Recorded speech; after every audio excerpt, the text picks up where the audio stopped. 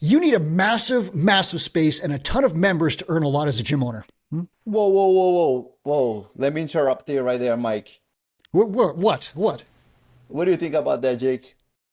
I don't think we did that at all. We're pretty small. Lean, mean fighting machine. Like how much square footage? We are 1,400 square foot and we cater to about 90 members right now. And you made Two Brains top 10 leaderboard for net owner benefit. I think we're going to have to dig into this because a lot of people are believing the first line I said, which is obviously not correct. So my guests made our top 10 leaderboard for earnings with 90 clients, more or less, in 1,400 square feet. If you're interested in how they did it, they're going to share their secrets today on Run a Profitable Gym. I'm your host, Mike Warkentin. Please hit subscribe before you go any further. Now, Jake Parton and Jenser Gomes, they run Evolver Fitness in Connecticut. They made Two Brains net owner benefit leaderboard, as I just said. That leaderboard runs from $17,000 to $45,000 a month. Now, that's not gross revenue. That is what the owners took home. And these are 3-month rolling averages. So there's not one-hit wonders in here. These are consistent owner income numbers, $17,000 to $45,000. The gentlemen have decided to come on the show and talk about how they did it. Welcome, guys. How are you? Hi, we're great. Dude, thanks for having us. I'm fired up to talk to you guys. So we're going to dig deeper into this topic, but I want to ask you right off the top for the short answer. How did you earn so much in 1,400 square feet with a relatively small number of clients? I'm going to sit there and say the secret to our kind of method is high arm. It's a high ticket, high profile offering, basically as close to a done for you as you could possibly get. Jenser and I were talking before we came on here that it was kind of like we live in Connecticut, on the Gold Coast of Connecticut, which is super high real estate costs. And when we started to dabble in the space, we're sitting there kind of like, what can we afford? I mean, we were trainers at the time. We bootstrapped the operation. We were nervous about it.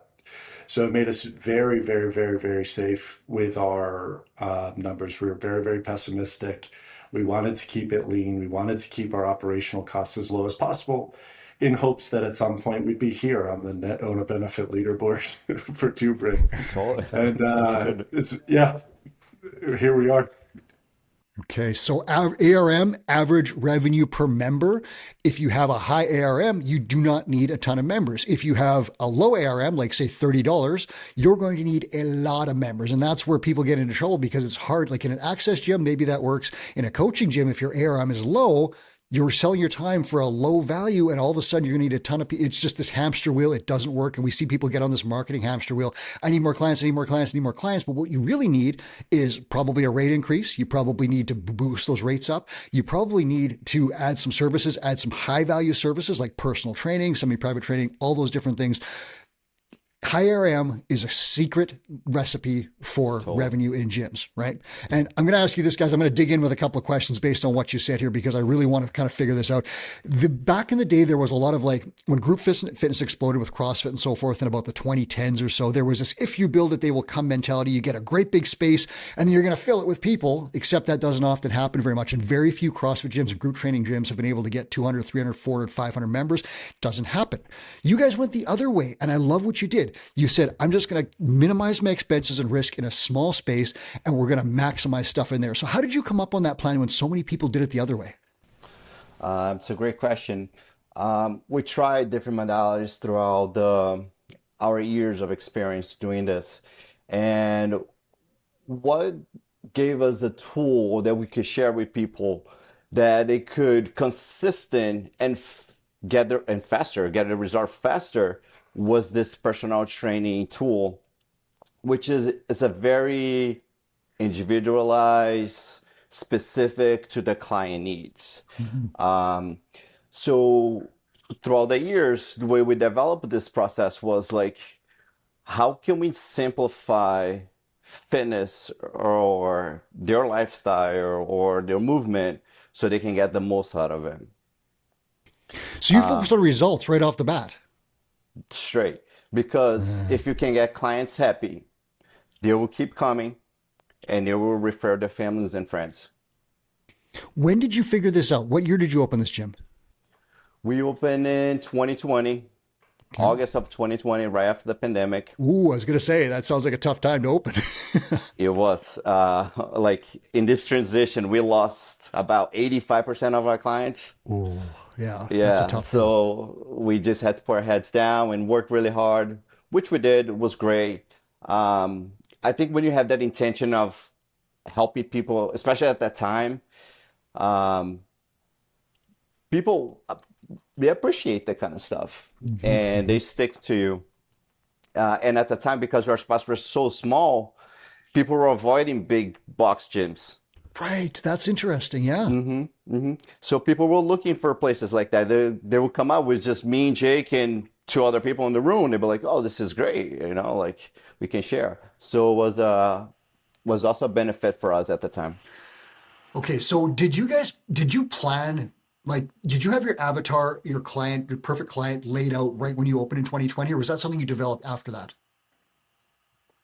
That's still like, I would say, a continuous It process. evolved, sure. We have this conversation on a weekly basis. Who are we catering to? How are we catering to them? What can we do better? What do we feel comfortable and confident with? So, like one of the things that we find in Two Brain, so much of this stuff we try and make as measurable as possible, Yep, and then we yep. reiterate. You constantly, and I'm sure everyone listening to this, I'm sure everyone that's kind of within this group, you're always learning. We're always learning. So we're just trying to slowly but surely just get a little bit better day by day so we can serve more people and hopefully help some more people along the way. Did you guys spend a lot of money on equipment when you opened, or did you kind of, like you said, bootstrap? Did you start small and kind of chip away? Like, what was your plan for equipment and gear? So yeah, we went the completely polar opposite of like the big box gym model. So we couldn't afford big machines. So we went a couple rogue monster light racks. We got a dumbbell stack. We had some slam balls. We got a couple plate trees, but really like we kept it as bare bones as possible. The big spendy stuff that we got were some Kaiser machines, Mhm. which were fun and looked frilly, and people got excited about them. But otherwise, we kept it pretty inexpensive Yeah. to start up. And that's interesting because, Chris Cooper, we had similar histories, he and we opened, group gyms. He had a personal training studio as well, but group gyms, and filled them with stuff and bought all this things we didn't need, essentially. He said if he would go back and do it again, probably do almost exactly what you guys are doing, where he'd get a couple of barbells, maybe a plyo box, some dumbbells, just like some inexpensive stuff that you can get a lot of mileage out of. And he would have gotten a very small space, and he wouldn't have expanded out of that space until he was bursting at the absolute seams, and he would have sold high value stuff, maybe not group training anymore, maybe it would have been semi-private or small group coaching, or and obviously PT. But that model allows you to scale up and out rather than like panicking about paying the rent. And that's where I was, where I had this 6,000 square foot space, bought a bunch of stuff, and I'm like, I need more members. I'm panicking about stuff. And I wasn't focused on client results because I was focused on trying to spin the plates to keep Sure. the place from closing. So you guys did it completely opposite. Talk to me about the growth of that plan. So you start in 2020, obviously you got to get through the pandemic, and you go through that way. Did you always have a high ARM, or was that something that you built over time? Um, we always had the high ticket service, right? Good. The high touch service. That's all. That's We've been doing this for our whole life, not our whole life, our whole professional life. Mhm. Um, so we always had a high arm, but that doesn't translate into an OB right away, Mhm. correct? Mhm. So, like I said, we lost about 85% of our clients, and then Jake and I got into work, and we got members back into the gym, and we are like, oh my God, we're doing all these hours. We need to hire someone. So then we hire a trainer, train them. They didn't do it. They didn't do a good job. I don't know So No, if we did a good job. Actually, in fairness to them, I think we did a pretty bad job, and we're there's that only too, exactly. sure. discovering that now. Staff development's hard. Um, Yeah. Yeah, and then as we joined Two Brain, we started learning the importance of SOPs, and Uh-huh. then how we do service, and then how we train our staff. And like now we have three trainers, two full times, one part time, and they're pretty much managers. They run the place really well, like it's their own They know how to do NSIs. They know what we're looking for. Um, so as we move, I was to take ourselves from the business a little bit more and focus the different parts. Our NLB will grow that way, right? Make sure that our trainers building up their schedule and becoming successful professionals at this. So how many hours a week do you guys coach now? Is it mostly management stuff, or do you still work on the floor? We are still very heavily involved in the floor, which is so like Jenser was just talking about. One thing when we did this, we built the almost built it fundamentally wrong. So we kept it small. That was all good. Mm-hmm. But in our naivety, we built a business that was reliant, or at least we thought was reliant upon us Mm-hmm. from the get-go. So when Jenser says we were working like dogs, we would get into the gym 5 a.m. Yeah. We would open up those front doors. And if we weren't training on floor, we were sitting outside and we'll sit there. We're just begging for business. Any person that walked by would be like, "Hey, you look like you work out. What do you do?" Come on All in. day. Come on in. And so we built that back up. But as part of that, it just becomes what's ingrained. So prior to owning the gym, we were trainers too, and our reward system was always put more in, get more out. Put more in, get more out. And now slowly but surely, after 13 years, give or take, we're starting to say, oh, you know what? Well, if like we put in onto the marketing cog and we get some leads and we facilitate that and bring them into the space, all of the guys that work with us, they can take care of these people. But honestly, in some cases, most cases, better than us. Mm-hmm. And 100%. that is like a game changer for our business. With our NOB, it's high right now. It may come down a little bit as we start putting more money into the staff, Mm-hmm. like into staff pay. And that's okay. Like both Jenser and I have had this conversation time and time again. It's like, at some point you start to decide where your values lie. Mm-hmm. So Jenser and I are both family people. I have a 1.5-year-old son. He's got 2 kids. And so like getting some of that time after working working long hours for 5 years, it's nice. And so we're gonna, start leaning into the EHR Mm-hmm. a little bit more More, than for sure. maybe NOB Yeah. as we grow a little bit. And that's effective hourly rate, listeners. That's the amount you take in divided by the hours that you put in, or sorry, the amount that you earn divided by the hours that you work. That means that if you work fewer hours and you can make more in less time, essentially. But interestingly enough, one of the other leaderboard members, he said the same thing. He's reducing his net owner benefit just a little bit to invest more in staff development. So this is not an uncommon plan. And some of these things aren't always just like one line up. There are peaks and valleys or plateaus in there where you have to invest in the business and then things spike up. And that's really interesting. I want to dig into that part because you've obviously done an interesting thing where you went from like two dudes doing all the training with like protein bars on fishing line and trying to reel in new clients right off the street. You guys went from that to now having a staff of, I think you said 5 people between full and part-time. Talk to me about that transition, because it's really interesting how that works, because sometimes staff is seen as an expense. In other cases, staff is seen as an investment and they allow you to scale up your business. So talk to me about going from 2 dudes to a staff. So like Jake said, like our reward system was like, you work really hard, you get paid by the hour, and you do a good job, and you're gonna get paid. Mm-hmm. And now from like getting the business and trusting that our staff is gonna deliver the product that we promised them, for me, I would speak for myself. For me specifically, that was really hard. Mm-hmm. So until we had systems in place that assured that our trainers could deliver the product the way I picture in my head, Mm-hmm. I didn't feel comfortable enough taking myself out of the business and letting them run the show, like I am now. So it's been a very hard transitioning psychology, in my head. Mm-hmm. But it's paying off. And as I see our staff doing better, it actually it motivates me more. Like I, I, it gives me the same joy as getting a client to their goal. Mhm. And I think that's something that for me, it's going to be one of my main goals now is how can I get each staff to the point that they're like just like Jake and I am.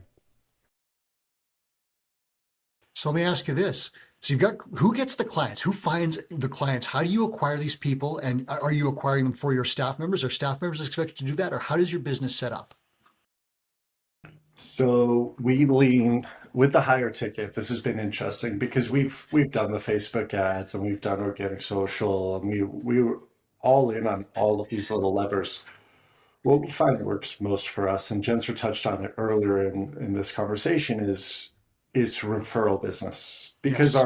because the average revenue per member is higher, because our average ticket price, like on the books, it comes in around $600 on a monthly basis. These Mhm. people are paying, but we're charging. We're still like people will hate us for this. It's not monthly recurring revenue. The way we organize our structure, our packages, we sell it at 4, 8, or 12, depending on what a person is doing on a weekly basis.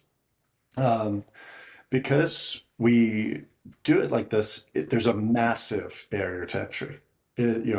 Anyone that's worked with cold traffic on Facebook knows it's hard enough to sell them a $30 membership. Yep. People have locks on the wallet. They're scared. What if it's not going to do what they want? It's tough. It's really, really tough. So we've tried that, and it's really, really tough to get that person to part with $800. Right. So what we found is we try and keep our referral structures like bring a friend, stuff like that, Mhm. a little bit That works. more premium. We try and create or craft events that feel exclusive, they feel built out, they feel like the client's going to get an experience. Perfect example of this is like this upcoming Sunday, Jenser and I are going to host a nice like light workout. We're going to do refreshments. We're going to do some bagels post workout, and then we have a shopping event at the clothing brand Vuori's store local to us.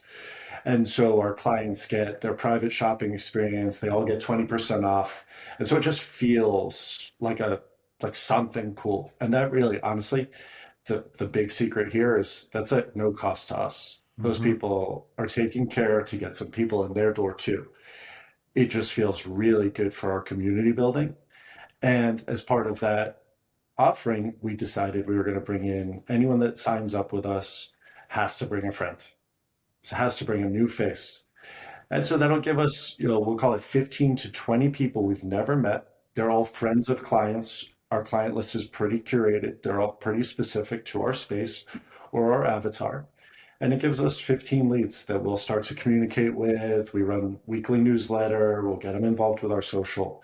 And hopefully that amounts to, one or two new faces in the gym. So that's really like the bread and butter for us for lead acquisition.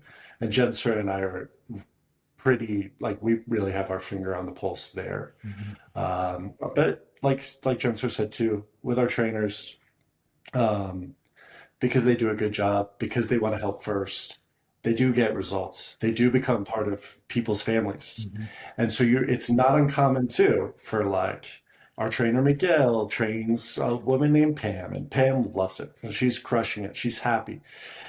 Pam loves it so much and having so much fun with Miguel that Andre, her husband, comes. Mhm. It's awesome. Andre fits right in, brings his dog every Monday and every Wednesday to come play with my dog, Norman. And then, fast forward to the summer, their daughter Sophia comes in, and now it's like, oh, it's everyone's hanging out, and so we see a lot of that, a lot of referral business in our space. Hmm. On top of that, we also work with affiliates of with business nearby us, which is your physical therapists, chiropractors, and we have a really good relationship with those people, and we get referrals back and forth. Yeah. And that's such a great way to do it. And like in your business model, you're not looking for 350 clients. That's hard to do with referrals. No. If you want to get 90 to 120, you can do that. And the great part about it is that you've got your clients, you talk to their friends and family. Let's say you get 45 clients and each one brings in someone else. That's 90 right there. You don't have to spend a ton of time on marketing and cold traffic, like you said, especially because if you found that the cold traffic isn't the best play for you because you're going to say, and our prices are $600 a month. And a lot of people are clicking on Facebook aren't looking for that at all. Whereas your friends and family and coworkers of the people you're already crushing it with, they're like fish in a barrel. And this is not the first time I've heard this. And I've heard there's a gym, I believe it was Brian Bott in New Jersey, one of our mentors. He has a program where he gives out, it's like a black card referral program. And what he does is he takes this, it's a super premium looking card. It's not just like a flimsy piece of paper. It's like a very high value kind of thing. He's like, this is for your friend Tim. And he knows the guy by name or whatever. He says, you tell your friend Tim to use this card for, it's like I can't remember if it's a free session or it's a 3 month of training or something like that, but it's something that's super high value. And he gives him this card that's just personalized and feels like a huge valuable gift. It's not just a flimsy 10 cents off coupon.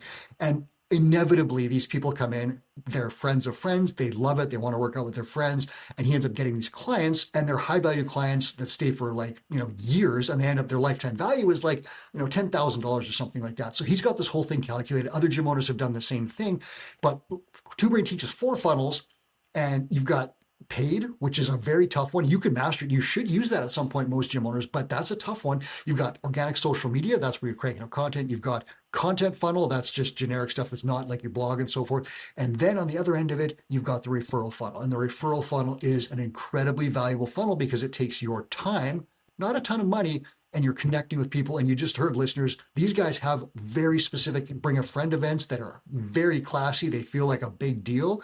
They've got clearly defined referral program, and you can fill a gym with this stuff. Two Brain teaches us through like 4 different funnels. Referrals is a non-negotiable funnel because it is the best one that you could possibly have working. 100%. All 4 at all times is a great plan as well. Talk to me about retention. So that's one of the things in a small business model like this, where you've got 90 clients, $600 a person. That's awesome. But if 10 leave, that's a huge hit. How do you retain these guys and make sure that they stay for a long time and are always happy? Obviously, results is part of it. What else are you doing? Jenser, you take this one, buddy. Like I said, when we talk to our trainers and train them, this is one thing that it's a must. When a client comes to the gym, that is 5% of your work at Evolver. Yep. 95% of the work is going to be texting that client, checking in on that client, research anything that's going to help that client get to the next phase. So when people come to us, we get the same thing everybody else. Oh, I want to lose weight. Oh, I want to do this. Oh, I want to do that. But what we're really good at is listening, seeing where the client is on their journey, and figuring out what is the least amount of work that you have to do to get to your goal. And a lot of that comes from literally holding a client's hand and walking them through this path. So we'll be texting them on the weekend. We'll be then sending different studies that we come across, different food recipes, different tools that we use, and just sharing all those things with them. It makes them feel heard, first of all. It makes them get the results. And they're happy, man. As long as they're happy, they'll keep coming back. So it sounds like what I'm getting here is like the gym experience is like a small part. It's all that stuff in between that keeps your clients coming back. And it's a really high touch thing where, again, one-on-one, you're going to have just an incredible interpersonal relationship, but you're continuing that outside the gym. How do you message them? Do you use email or DMs, or do you use a coaching platform? What do you use to stay connected to your clients outside the session? All right. So, and that's something that we created with our mentor. Nice. We create a system that has like dates and times and how the trainer communicate to the client. We keep track of how many times they check in a week, if it was through a phone call, if it was through email, if it was through text message, whatever that is. And Um, as long as the trainer keeps doing those touch points, um, and we're seeing that that is actually happening. I feel like that's the I forgot. That's where the money is. Well, That's the yeah, deal. like So like with all those things, with the touch points, it's email, phone, text message. He makes sure that like Jenser is really like the head of product within our Yeah. company. He just makes sure he's on it. So what's really nice though too is like it gives us real-time feedback as we start to exit a little bit, or hopefully start to make it a little bit more of an exit. We still need to know what's going on within those four walls. We still need to know what people are Yep. working on, what to celebrate, because it's, we are still part of the brand. We live the brand. Mhm. And so just making sure that like when someone posts in our little drive, hey, to use Pam again, we're celebrating it's her and Andre's anniversary. Well, great. That note's going to be pushed into that Google Doc. Jenster's going to see it on a Monday and be like, oh, shoot, it's a anniversary time. We're going to find out because we're sneaky, like where they're going to their anniversary dinner, and we're going to go get them glasses of champagne. Like something's going to Yeah. happen, but all of those are tools. we Like do that. Gary did a really good job with us. Big shout out to Gary Walsh. And here's my bicep pose. You can't see it. Um, Big shout out to Gary though, because he really did help us systemize and operationalize our offering. And that's where, I feel bad for our first trainer in the space because he used to ask for it. It's so amazing in hindsight. We used to we would put together like performance improvement plans because we were upset with the outcomes because we gave Mhm. him no KPIs. We gave him nothing to work with. And we would just get mad when he didn't do it the way we wanted it done. And he would look at us and he'd say, give me actionable steps. We were like, what's more actionable than me saying, like, show up on time? We would get Yeah. so angry, but nothing Yeah. was in stone. There were no rules. It was a mess.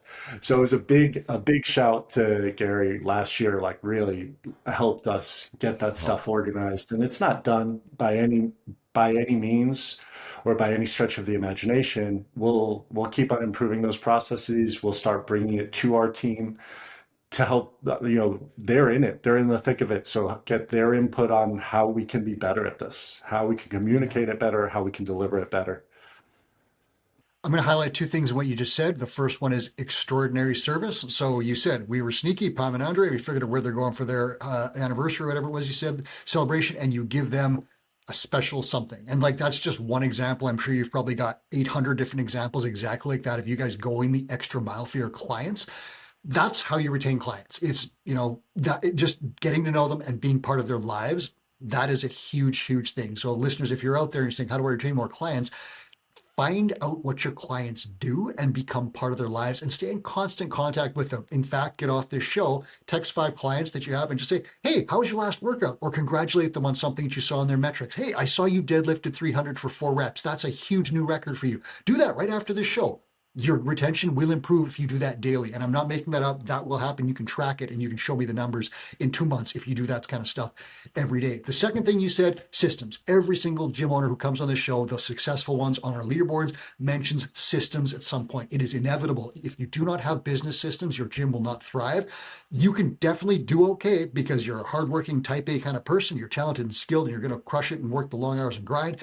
But you cannot scale up to the level that these guys are at if you do not have gym systems. It is unbelievably important. I know it's tedious to build them. Once you build them, they govern everything and they make everything better.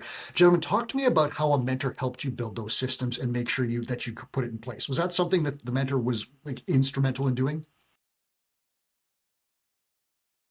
Yeah, so Gary was instrumental in doing it. Honestly, Yeah. when we came on with Two Brain, we didn't have an employee handbook. We Yep. had, I mean, it was two guys in a gym that like to work out. That's what we had. Yep. And It's a good start. so he really did. Yeah, that was at least we liked it. Right. Um, So it was yeah, that was it. And so when we came on very, very quickly, he recognized that none of it was clear cut. No one had a clear cut, like a clear path to success. Trainers didn't know what was expected of them. Honestly, we didn't know what was expected of trainers. So like Gary helped us systemize from stocking lists for bathrooms Yep. to Super. hiring workflows and onboarding. I mean, literally, absolutely anything that goes on in those four walls is on some piece of paper. Yes. And what we see now is when we onboard new coaches, it's amazing. You know, it used to take us a couple months or 3 months, 4 months to get a person up to speed, like to get them comfortable in the space, to know what they're doing. Now we can do it in 3 weeks. We give them the handbook. We say, this is it. This is like, read this thing through. Then we start doing our NSIs and we have it. It's all defined. Mm-hmm. And so now we can say, all right, we're going to get on LinkedIn, Indeed, ZipRecruiter. We're going to put out our ad. We have it all pre-framed out. We're going to hire on a new person. We're going to run them through the races. And it's like it has simplified our lives unimaginably. Mm-hmm. Um, and then most recently, we actually switched into the Tinker group. So we Mm-hmm. jumped into Tinker last month. And so now we're working with Kenny. And so Kenny is helping us with a little bit more of the big picture stuff. Mm-hmm. Jenser and I we like all of the stuff. We like tinkering. We like messing around in other business space. And so what we seem to be working on right now, like our focus is that whole effective hourly rate. Yep. It's we don't need to grind so hard. We need to start thinking about kind of vivid vision and structuring what life looks like for the next 20, 30, 40 years and how that pans out. And I think it really does all start with pulling ourselves out of the business, not being so much in the day to day, Mm-hmm. and working on growth, working on the bigger picture. I just want to add something to how he helped me a Yeah. lot. Yeah. Um, I have these things. I have so many different ideas, and I want to do all these things all Yeah. the time. And having a mentor running us through exercises like the perfect Mm-hmm. day, Mm-hmm. and setting up different goals and be like having Gary come up to me like, is this gonna help you reach your perfect day? And it's like, oh no, Cloud, of course not. Yep. Get rid And of it. then for me, it really click when it's just like clients have like crazy goals, and we have to hold them accountable to those things.